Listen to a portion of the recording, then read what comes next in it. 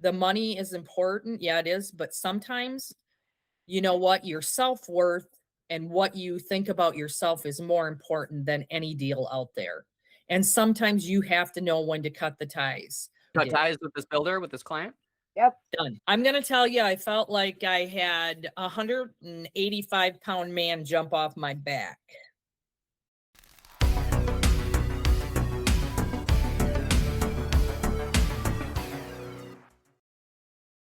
Welcome back to the Better Agent Podcast. I'm your host, Josh Lavik, and we're talking about your real estate business and how you can get better and become a better agent, a better leader, a better agent just in your market and build a better business. That's what I'm all about, and that's what this show is all about. So I hope that anyone tuning in, anyone listening here is going to get some value out of the conversation that I'm bringing from myself and my 20 years in the experience in the real estate industry, but also from our guests. And so today I got a great guest with me, actually two guests. I have Lori Stuber and Tanya Williams. These are two ladies that are a dynamic duo. They teamed up and decided to do business together, which, you know, an interesting way to do real estate business, right? So there's lots of different team models out there and things like that. But, you know, one simple model is maybe just partnering with another agent to really do the business that much more effectively. So I'm looking forward to our conversation today and diving deeper into our topic and how we can really get more out of it. So yeah, Lori, Tanya, you want to maybe take it over from here, give our guests a little intro about yourself, share a little bit more maybe about your business, any units or numbers or metrics or anything you're comfortable sharing. Feel free to throw that out, just so that our listeners can get an idea of kind of what your production number might look like and anything else from there. Let me start. I've been doing the business for almost 21 years. Was doing it solely by myself up until 2020. So 15 years. And I kind of felt myself just losing momentum. You know, doing it by yourself is, it's hard. And so Tanya gave me a call. She was a prior client. We kind of became friends. She'd send leads to me. And she said, I'm making a career change. And she said, I want to get into real estate. So I prompted her to call my brokerage right away. And she did. And she got signed up for classes. And I told her that while you're taking your classes, you're going to run with me. You're not going to sit and just look at books and think about things. You're hitting the ground running. So she rode with me and she got firsthand look at, well, her first was land, big parcels of land was the first one that we ran with. And then as we were running together, I was feeling that we meshed. I was feeling re-energized. And so I asked her if she would like to partner up 50-50, and she did. And I can tell you that she went from the frying pan into the fire. Within her first year, she had 3 weeks I was gone, and she had to handle the business. And I have to say, she was up to the task. And so I would encourage people to do this.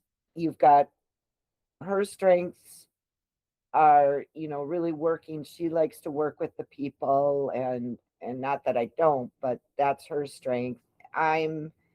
She hates paperwork, so I do a lot of the back end stuff, marketing stuff. And then we both pick up leads, we both work with buyers, but that part tends to be more her, where me keeping us organized and out of realty jail is my side. It just flowed, and we're like sisters. We have squabbles, but we're Yeah. both the same, where we forget about it. I mean, it's not, you're not going to agree all the time. And so we speak our mind. We both take each other's ideas and thoughts in. We make adjustments if they seem to be valid, things that need to be corrected. And we've just been ebbing and flowing now for almost 6 years, and it just keeps getting stronger and stronger. And Yeah. prior Well, to this, hold on. Before you go dive in too much, I just want to rewind just a little bit and highlight some things that stood out to me right there, because you hit a point that I think a lot of agents really also hit, right? Like if you're doing this business as a solo agent, it can sometimes wear on you, right? Like if you're wearing that many hats and you're doing pretty much everything yourself, right? You got to a point where you were losing momentum, you were losing your steam, and you were kind of looking for, okay, what else can I change? Who else can I bring into my business to help me kind of grow and stay energized and keep doing things? And all of a sudden, when you made that shift and you made that connection, I think it was probably beneficial for both of you. And Tanya, I'll let you share as well. But I mean, I think what stands out to me is like, because I felt that way before too, right? In terms of feeling tired or worn out or burned out or whatever it might be, right? And it's like at that point is when it's time to make a change and bring someone else in to help you with more of the tasks so that you can still get it done and still stay energized with the things that you think are helpful and beneficial. So I love that you shared that. Absolutely. Sorry, Tanya, go ahead. You wanted to share a few things? and when I decided to make a change, I was in healthcare for 25 years. And so, I had a very strict regimen I never had time for myself. I could never take a vacation. I couldn't do anything. I had somebody telling me in 2019 when COVID hit, it was time for that change. It was working 12, 16-hour days, not being able to take a vacation, spend time with family and friends. And me and my husband had flipped a home, and Lori sold that for us. And that's kind of how we met, because we were thinking about selling our home. And like she said, we stayed in contact and we had a lot in common. So when I decided to do this, it was okay, I'm doing it. And I'm that person that if I decide to do something, I'm doing it. I'm all in. There's no turning back. I'm done. So All in. when I I love started that. running. I love that you said that. Yeah, Lori is dot your I's, cross your T's. Tanya's go, go, go. So we have different personalities, but they work very well together. The things that I enjoy more, I do more. The things that she enjoys more, she does more. We have time to spend, we have downtime if we want to take a vacation. I take more than Lori does, but we always stay in contact and we don't let that edge go. We keep that edge going. We always have a pipeline. We always have people that we're talking to every day. And if we have different clientele with different personalities, one of our personalities works. It's, Lori's a little more laid back. I'm more straight to the point. So it works for us. And it's been the best change I could ever made in my life. I talk to my friends in healthcare and nothing has changed. And I can't even imagine ever going back. Yeah. And I've had that opportunity many times. So I'm like, no, absolutely not. Yeah. Well, I love that you bring all that up. And I think what's also interesting to me is like you noticed you flipped another house, right? So like you had some experience in real estate. You weren't like totally brand new and totally green. Like you already sort of knew a little bit. But I love that you said once you made the decision, you're all in, like you just went for it. And I think sometimes if there's agents out there that are maybe struggling, they're not really sure if they want to do it. They're doing it maybe part-time. It's a hard business to get in part-time and be successful. I mean, you can do it, but it's just, I think to get to a level of achievement and success where it's fulfilling and rewarding and you're working with a number of clients, like you do got to go all in. You got to take that leap and you got to go really just go for it. It's not an easy business to be in every day. There's very ups and downs. I mean, you can have 3 deals going one day and the next minute they're all gone. So keeping those intact, and it's a shuffling job every day, all day long. And nobody understands that in real estate, you are not just writing an offer. There is so much more to real estate. And, these new agents that come in think that, yeah, I'm going to make a lot of money and I'm just going to write an offer and that's it. No. There's much more to that. And it doesn't make money until you hit that closing table. And that 30 days, 45 days is a long time for things to go sideways. Mm-hmm. And we've been there. Yep. We've been there. Even just recently, We Yeah. had what we thought were like 3 people going to be writing, and then one fell apart, and then the other one isn't doing it. Then the other one kind of backed down, and it's like, oh, good gosh. And this is a tough year. It's a very slow start to the market. There's just so much going on that I feel influences people. But I was thinking about this the other day. There's no reason not to buy a house under the circumstances, because you're already paying how much money to rent a place, right? Why not own your own home and build equity? If the world goes south, you're going to be in the same boat, whether you're renting or you're owning. And owning might give you a little bit more leverage. And so I think people, they got to just do it. Otherwise, they can keep paying someone else's mortgage. Yeah, no, I think I'm certainly an advocate for home ownership as well, and I think yeah, if people are going to be in an area for more than a couple of years, it absolutely makes sense, even regardless of economic conditions. Because I remember actually not too long ago, right? The market crashed in 08, 09, and 10. You probably remember that, Lori. And my wife owned a condo that she bought, I think, in 05 or 06, and I think it was just a little 1-bedroom condo, west side of Madison. I think it anyway, she bought it for like 130, and then the market crashed, lost a ton of value. And, now those values are back to what, more than that even, Yeah, So, exactly. so I think if you're in a position and you're concerned about the market, yeah, I think staying put and just riding it out. As long as you don't have to sell, during a downturn, I think you're better off just staying put. But Yep. no, I think that makes sense. I think the other thing that stands out to me too is Tanya had said too, like when you got into this, like you already trusted Lori as like kind of a guiding post, right? She was your realtor, but like I think finding a good mentor, somebody you already trust and feel comfortable with, if you're struggling in this business, I think finding a good mentor that you feel comfortable with, that you do trust, that's who you want to align with. And if you're not feeling that with whoever you're with, search that person out. Spend some time finding that person, because I think what you both touched on is like you both have your different strengths, right? And one's maybe better at the paperwork, one's maybe better at just kind of moving forward and finding the pipeline and getting things moving to the next line. But I think finding that good person that can help your business in strengths where maybe you're not as strong. So I absolutely have, a team we have a small team here, and there's 100% people on our team that are better at things that I am not, which is great. Yeah. And I think there's a lot of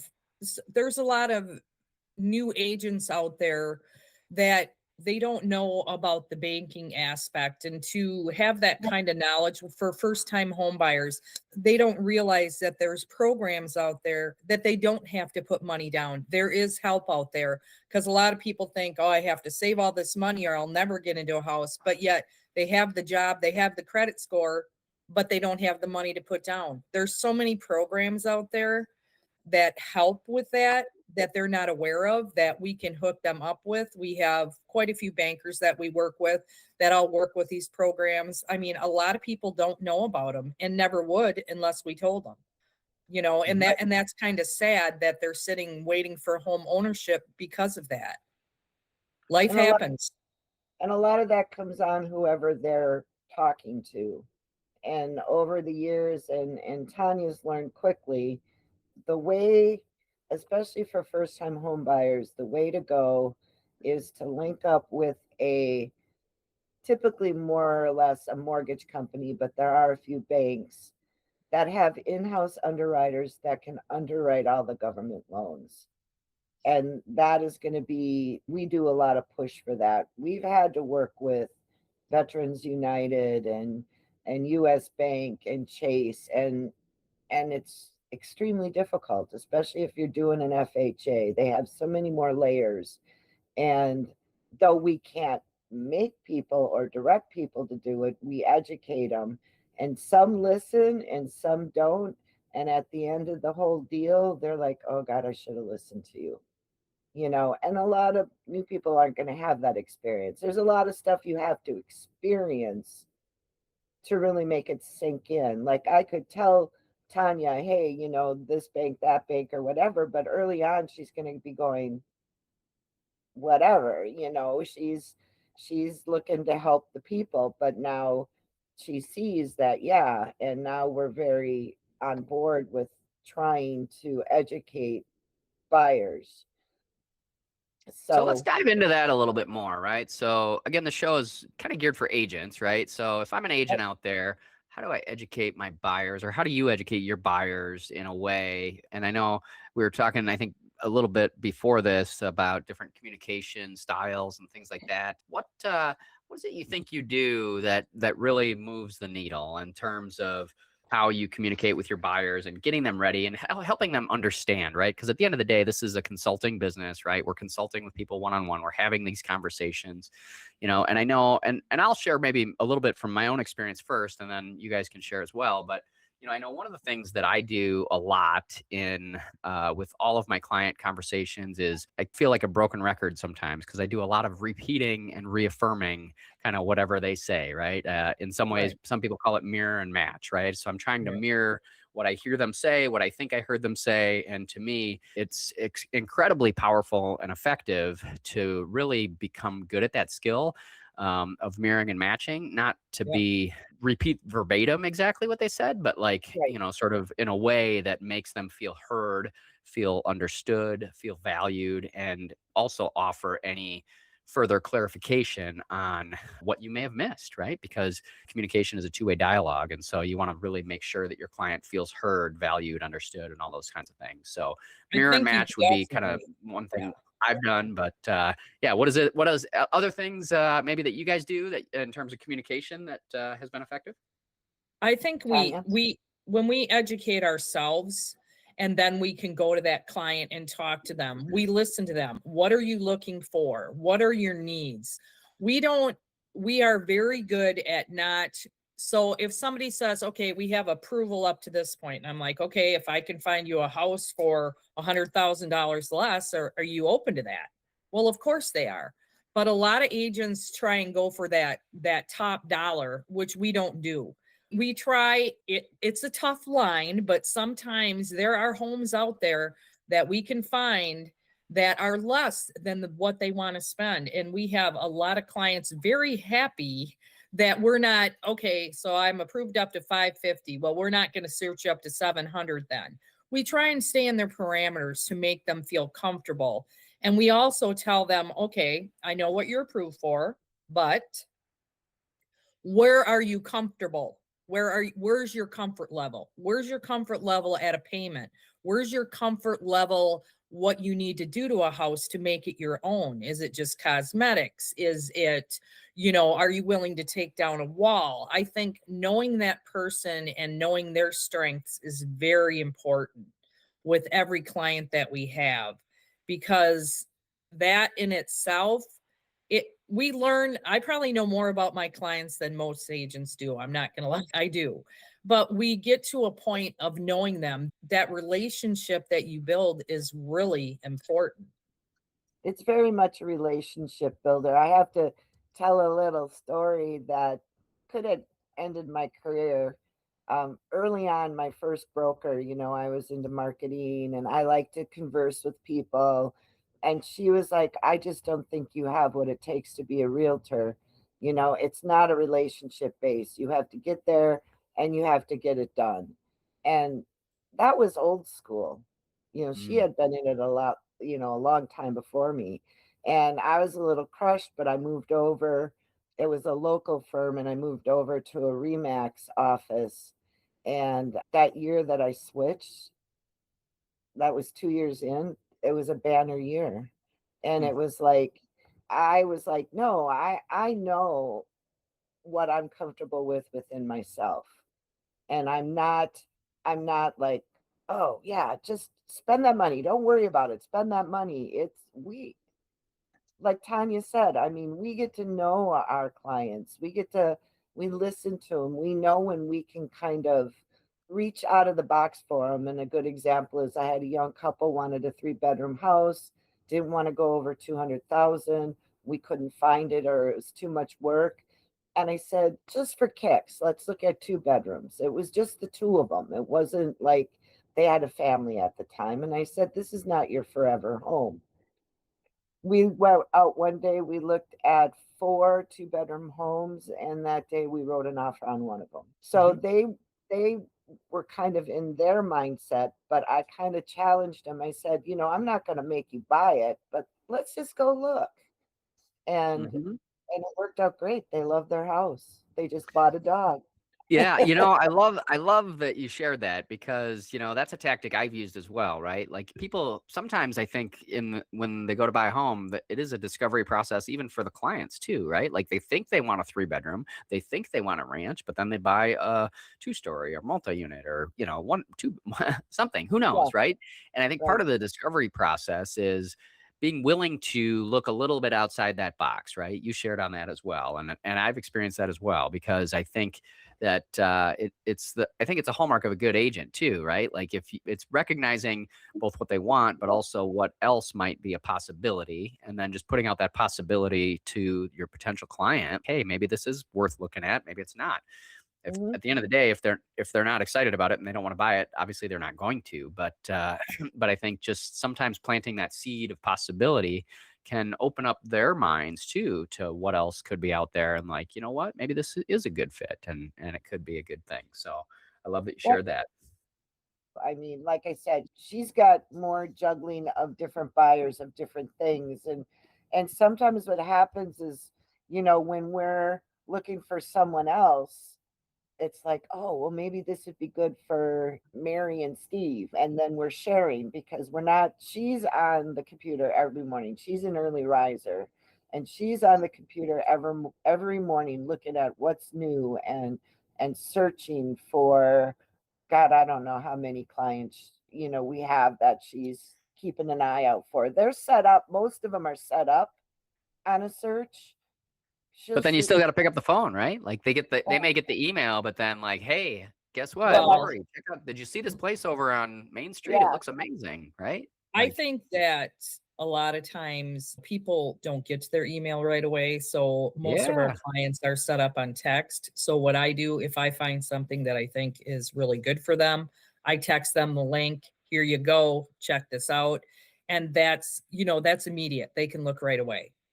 Yeah. So they're not having to look through their email to see it, because if they're Well, working, and you're kind of filtering it too, right? Like, yes, which, I do we're filter not it. just Yeah. relying only on the system, set it and forget Nope. it. You're the Absolutely not. filter. You are looking at it. Yeah. Yep, and I have specific homes I look for every day for certain buyers. We have a lot of buyers, and they're all looking for different things. But, you come across one thing, and because our area is so vast, we do have, we're talking Wisconsin and Illinois, which are two totally different areas, as in Uh-huh. working in and writing offers in and everything else. There's a lot to learn in, Wisconsin, it's fine. Mhm. Illinois is a different place. It's a lawyer-based state, so everything is done through lawyers. And, I remember doing our first deal down there, and the agent wrote the offer, and then we never heard from her again. It was a lawyer. And I'm like, okay, why are we not in contact with this agent? They don't do that down there. Yeah. Some of them do. I think that I think it's very important to have a good rapport with the other agent and keeping each other informed and what's going on if you want that deal to go smoothly. And we are very good at that. We keep the other agents informed. We like working with them, and it's not an email thing. It's a pick up the phone. It's talking Mhm. to them and finding out who they are as well, because that's very important to make it go smoothly. It's not just the buyer, the seller, us, it's the agent on the other side as well. Mhm. Yeah, for sure. Well, we've talked about a lot of different things. What I'm curious about is, these are all sort of more positive type of experiences. Let's, if we could flip the script a little bit, tell me about maybe some challenges you guys have encountered in your business, whether it's working together or separately or whatever it might be. what do you think are some of the major hiccups? I know I think we talked about it a little bit before where, right, you guys have had squabbles, right? You don't always agree, see eye to eye, right? Like, what challenges have you encountered in the past that come to mind that you think, you really had to work hard or learned from, or what were some of those big things that you think were big pivotal moments in your career? We kind of learn on different things. So when Tanya first started and I was in Hawaii, she's very good at exuding that she's got it and she's confident. And she is, but she can also get really frazzled when there's a lot of stuff coming at her. And so then she's kind of moving really quick. Get it done. We got to just get it done. I've been, well, and she's doing much better now, but I get where she was at because the job she was in was, you got to get it Pretty done. frantic pace, high pace. Yeah. And so when we had a deal going, she had 3 deals going, but one of them she was writing up and she had forgotten to check something on our addendum A, and our company has it in bold print, which I always, never really read it because I didn't run across that issue yet. And so she didn't check it. And our addendum A says if it's not checked, it's not part of the offer. And it was a $2,500 credit. So the seller wouldn't do it. And Tanya, rightfully so, is very upset and beating herself up that she wanted everything perfect. And what's the best part of our partnership is I said, Tanya, your mistake is my mistake. My mistake is your mistake. We learn from it, we deal with it, and we move on. And so that taught us. So what did you end up covering, the 2,500? We did. Yeah. Yeah. We did. And so, and I mean, even in the example of a recent one, interesting, a different thing we've come up is, and I'm going to let Tanya tell the story, but we had a builder that just really only wanted to work with her, didn't like my style, didn't like me. And so Tanya, you jump in, and this is a good story for agents as far as when it's time to break. Yeah. So been working with this builder for probably 5 years. He builds 3 to 5 houses a year. Very, very time consuming considering the kind of business that we do. A lot of my day was a text from him, a call from him, not even things going on. He basically never wanted me to go on vacation. I couldn't be, which when I'm on vacation, I answer my phone. I keep in contact with Lori, but Lori handles things if something needs to be handled that I can't handle from where I am. Probably about a month ago, a builder had called me, and we had 4 listings with him over probably 1.5 million. And he had told me a house that he had bought. He decided that he was going to list with somebody else because he didn't feel like our company was well enough known. Although I've bought and sold 26, 27 houses with him. Okay. So I had some soul searching and I decided I'm giving up the rest of these listings.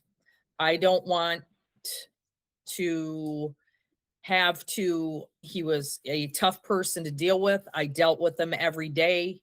He didn't want to let Lori handle things. She's perfectly capable of handling anything that came up because it had to be done right now. It wasn't like we needed to be there. It was on the phone. It was on the computer.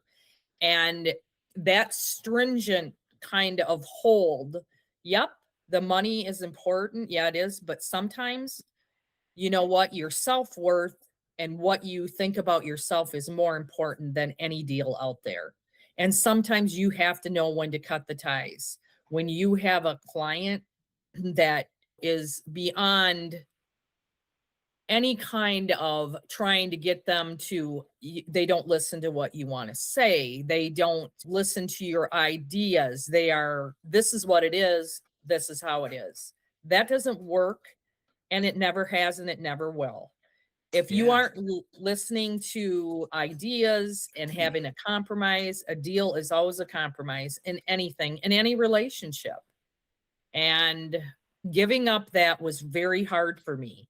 But I was like, nope, I need to do this. And I did it. And I couldn't be happier So that you I cut did. ties with this builder, with this client? Yep. Yep. Done. And she was trying to get a hold of me. And how and she did it feel afterwards? I'm going to tell you, I felt like I had a 185-pound man jump off my back. Yeah. How So freeing was it was that? it was a tough decision because we talked a lot. So I knew a lot about his life. And so it was very tough to kind of cut those ties, but it was like, it Yeah. was the best thing to do. It was going a bad way. And I just felt that, okay, it's time to go. And Yeah. I didn't even call Lori before I made this decision. I was just like, I'm doing this. And she stands behind me all the way. And anything we do, that's one thing we have. It doesn't matter. If somebody makes a decision, okay, you know what? We may not agree with it, but we're going to stand behind each other 100%. Yep. And then It affects both of us. Yeah, and then make an adjustment. I kind of knew this was coming. We kind of had a little bit of a precursor. We had a temporary cut ties, but he came crawling back to her. And she did try to call me when she was trying to make that decision, but I wasn't answering. But she knew because it's her sanity. It's not mine because I had very little dealings with him. Yeah. And it's funny because right now she's like going, oh my God, I have all this time. I have all this time, and it's because so much of her time was him that she is now realizing, and now she can be more relaxed. She can be more attuned to what needs to be attuned to, And Yeah. did you have you still have other clients too, right? Oh yeah, we have Yeah. plenty of clients. You have That's plenty of not clients. Whoa. So hold on, hold the phone. You got plenty of clients, right? I love Yeah. that. So I think if you're a brand new agent and you have no business, then I think you're more willing to put up with more difficult clients. But I think as you gain experience in this business, I think that's when you have to get to a point where, just like you talked about, you have to set clear boundaries with clients that drain you. And if they aren't gonna meet you where you need to be met and take your advice, then it's okay to let that client go. And guess what? Suddenly a 185-pound man is off your back and it frees you up. And I could tell just by how your face was glowing, by how excited you were. And like, I have tons of clients. I got plenty of clients. You know what? Yeah. And he took a lot of my time. And just an example, we have 237 buyers, and that's not even hitting the tail of it, because Lori has been in the business as long as she has. I have been, was in the health field. My daughters are at an age where all their people are buying houses. We have we have from 90 to 21, so such a very variety of ages and where people are in lives, either their first home, their second home, a vacation home, just everything. So it's nice having that you're not just looking for one certain thing. You're looking at everywhere, and that's what makes our job so interesting. No day is like the day before. There's never 2 days alike. Never. Mm-hmm. Nope. And that's what I like about this business. Even though there may be ups and downs, no 2 days are alike. There's always something to look forward to. You have the ability to do what you want to do in this business. It's your choice. It's not anybody else's. It's your choice. And though some days are harder than others, I think making that choice to jump when I did was the best decision for my life and my sanity, for one. I got into healthcare because of the people aspect. That's what I loved, my patients and what I did. This gives me that same kind of interaction, not patients who are sick, but actually people that are moving forward into their life and finding that first time home buyer's house And we have a lot of clients that look at a lot of homes and I'm like, just wait. When you walk into it, you will know it. And all of them are like, that ain't never going to happen. And it happens every time. This is our house. And that is so gratifying to us. We found it. Yeah, you're going to have a little patience, but it's there. And when you walk in, you will know. And we truly believe that. I don't like hearing from a client, we can make it work. No, moving on. Not making it work, moving on. That perfect house is out there. It's just not the right time. It's going to come when it comes. And we truly believe that in our business. And we promise that when we talk to our clients. It will come. When you're selling your house, same thing. Right buyer's going to come.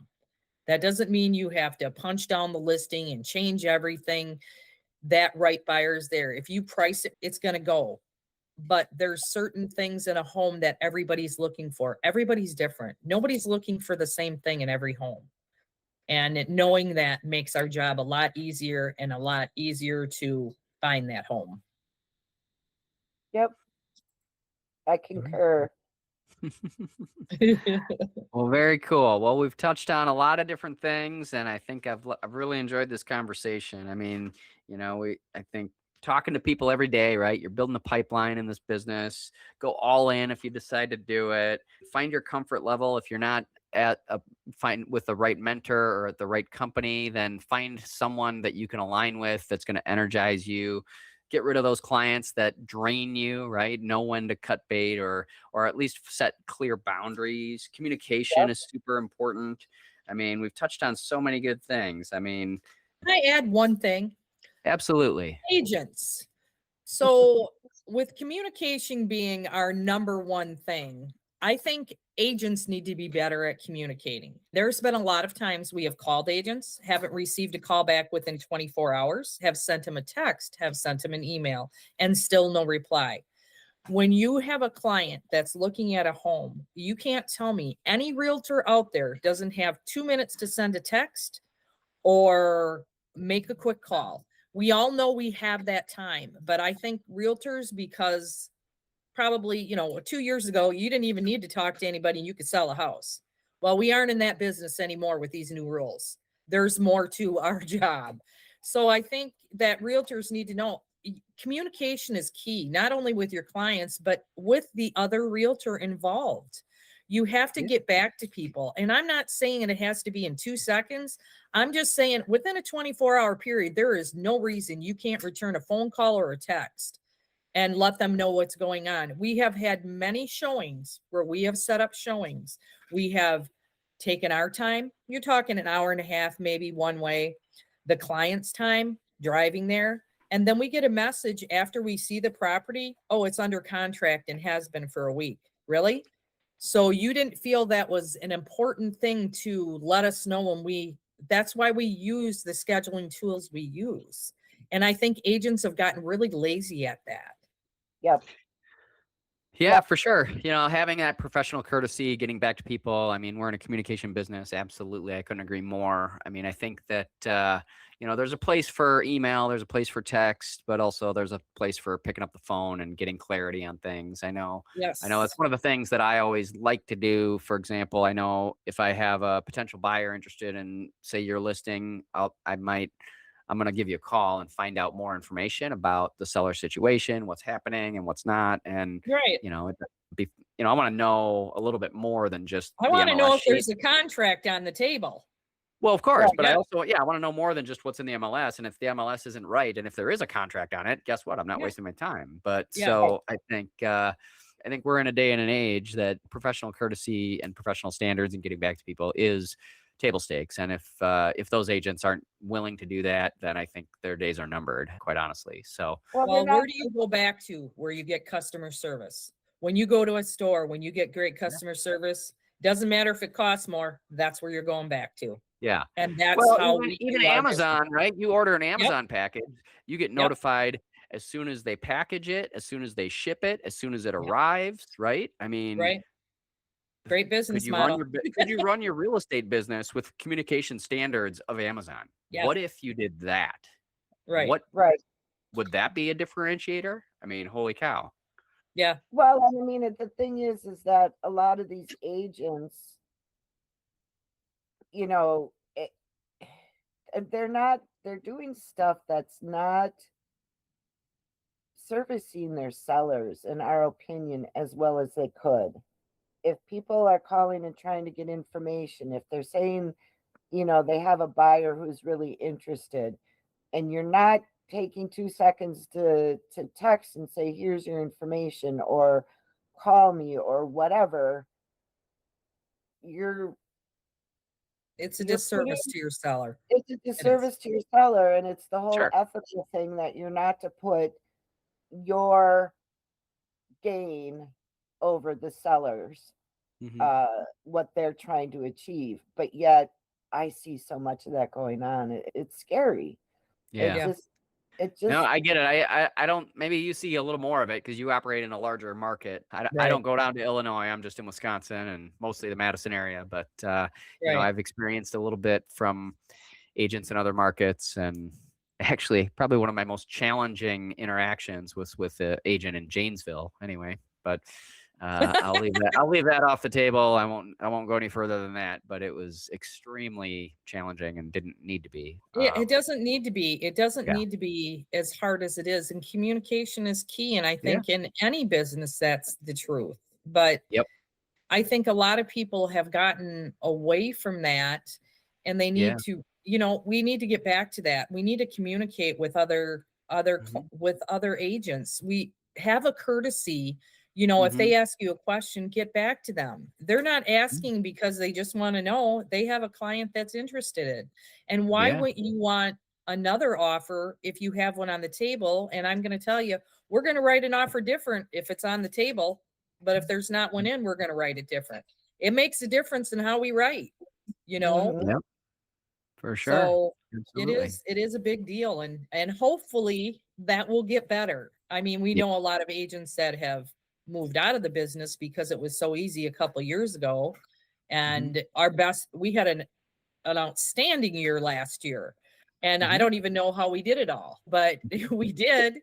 And Yep. so now, these couple months, we have a lot in the pipeline going on, but like this last month's been kind of slow. And I'm just like, oh my God, but Lori's like, it always turns out, it always works out. And that helps us too. We have that person to bounce back off.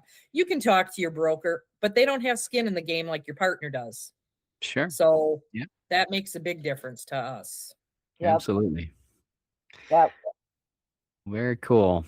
Well, Lori, Tanya, I really appreciated having you guys on our show today and dropping some insight and where this dialogue led us. And I think, I hope for any agents that tuned in, I'm sure they got some value out of our call and a conversation as well. So Hopefully. any last words before we sign off today? Keep the communication going. Just, Yeah. be that agent that communicates. I mean, we hear from agents all the time. It was so nice to work with you. Thanks for being always communicating what is going on and always letting us know. I mean, all the time. That's the feedback we get. And I've heard since I let those listings go, quite a few calls have came and asked what happened. And I just said it was my choice. And they said, well, the only reason we were going to look at it is because you guys were the agents. Yeah. Which is a big thank you. Yeah. We try and do our job very well and try and be very respectful of others' time and other people. But sometimes things don't work out and you just have to move on. I have Yep. one little thing that's off the track of, and this is what I tell new agents that I've talked to and where to start. And I tell them, get your systems in place, get your own email. Don't do the company email, do your own email and your own website URL to correlate. Brand yourself separate from your broker. For one, it is about you, not about the broker. And any broker emails can be forwarded to your business. But most importantly, if you decide to go to another broker, your people that you've been communicating with will be able to reach you, because as soon as you let your broker know you're leaving, your email is shut down and you can't get that information. And now your buyers are out there unless you communicate with them And even it could be somebody that's just been watching you. They have no way to find you. Mhm. So make sure you individualize yourself. Don't use the broker email, don't use the broker URL. Get your own, brand yourself, because that's going to go where you go, and that's going to keep you out there for people to find you.